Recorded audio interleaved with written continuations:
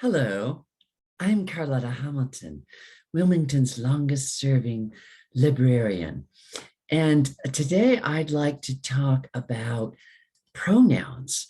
One of my colleagues here in the library, a young man who helps organize our books, he asked me why I had identified my pronouns in my email signatures. He said, Carlotta, you are obviously such a beautiful woman. That touched my heart just a little bit. He said, you are such a beautiful woman that I don't understand why you feel, pardon me, the need to identify yourself as such. And I told him, I said, well, the issue has come that there are lots of folks out there who don't identify necessarily with the gender that they look like.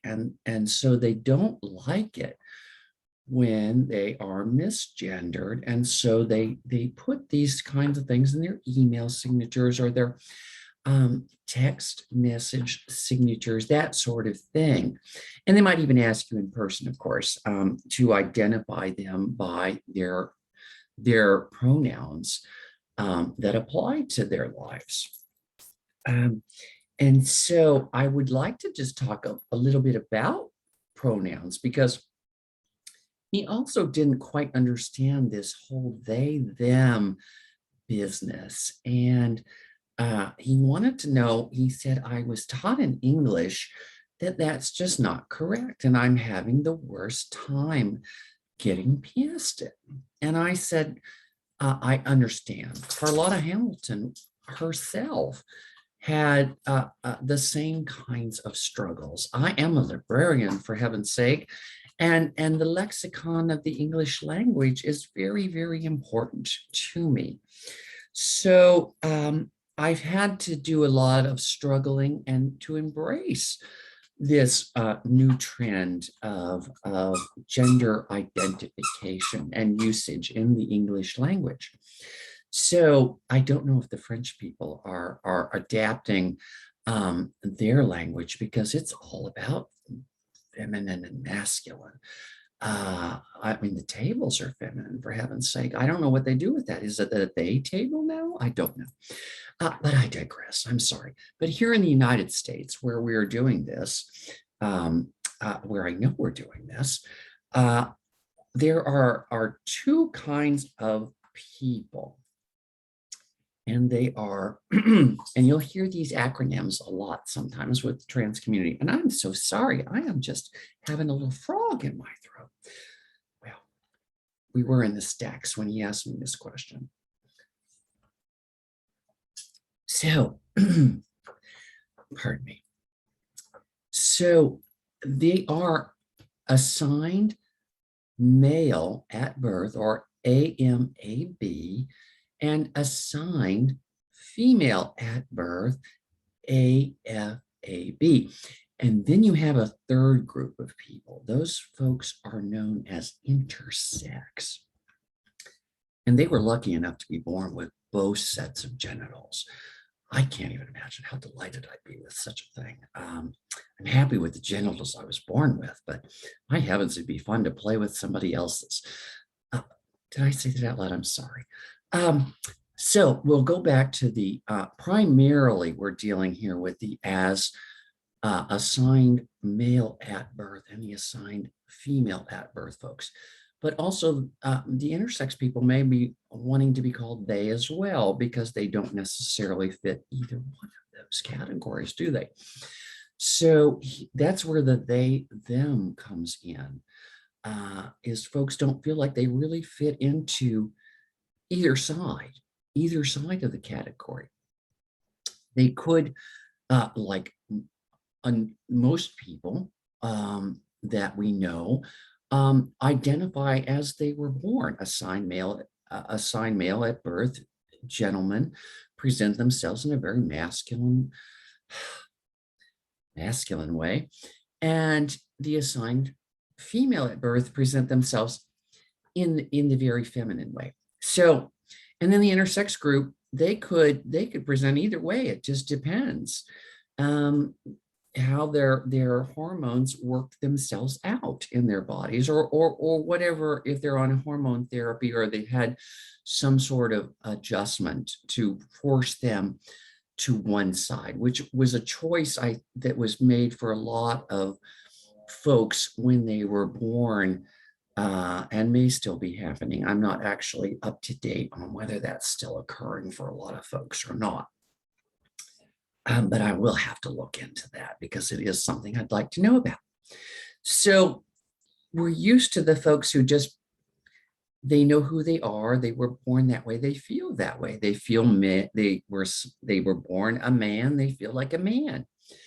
Now, there are then those of us who were assigned male at birth or assigned female at birth, who do not feel that they were born in the right bodies.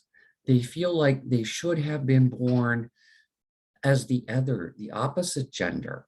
So they might be a person who was male at birth, who is now making the transition to become a female.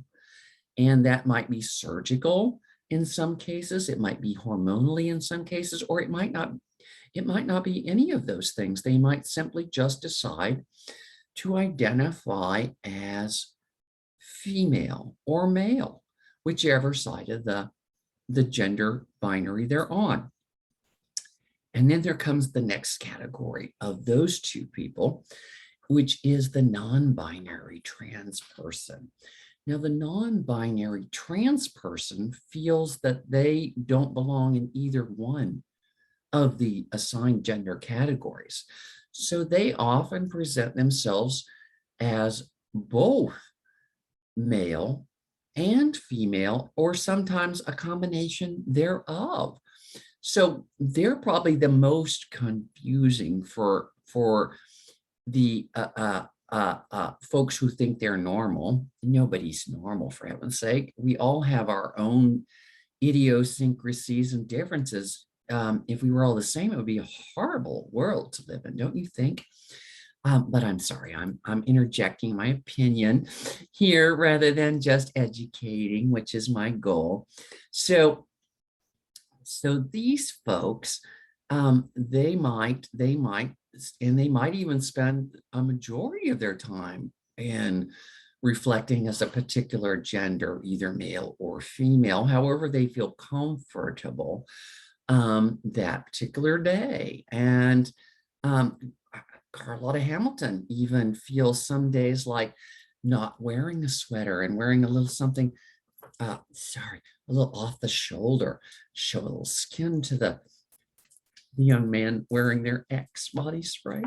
I just love that Axe body spray. So I hope that's helped to clarify the issue on who these folks are. Now, when we talk about the application of they, them into how do we do that with people now instead of she, her, or he, him? I don't, a lot of folks are troubled by this. They stumble over it. I did as well. And the best explanation I've ever heard, and I'm gonna take this from somebody else, and I'm going to use it as a metaphor, if you will. And that would be if you were walking through a park and you found a wallet laying on the ground and you picked it up and you were looking around and there was nobody there and you just didn't know. And you didn't know if it belonged to a man or a woman, or it didn't even really matter. If it was a man's wallet, you would say simply, you wouldn't say, I hope he comes back. Necessarily, you would say, oh, I found this wallet. I hope they didn't, I hope I can get it back to them. Or I hope they didn't need these cards today, or whatever it is. You're referring to them in that third person sort of way. So just kind of think of it that way, which is hard when you're dealing with a first person situation. But if you say, I'll suggest that I'm a trans person and I want to be called they. So I will say that you would say, when referring to Carlotta Hamilton, loves chocolate pudding because they think it is a health food. And Carlotta Hamilton does think that chocolate pudding is a health food. I don't know how anybody lives without it. So that's an application where you could use it. And so I hope that helps too. If you have any questions about anything like this, or you have any other question you'd like Carlotta Hamilton to address, please feel free to call into the library and or send an email.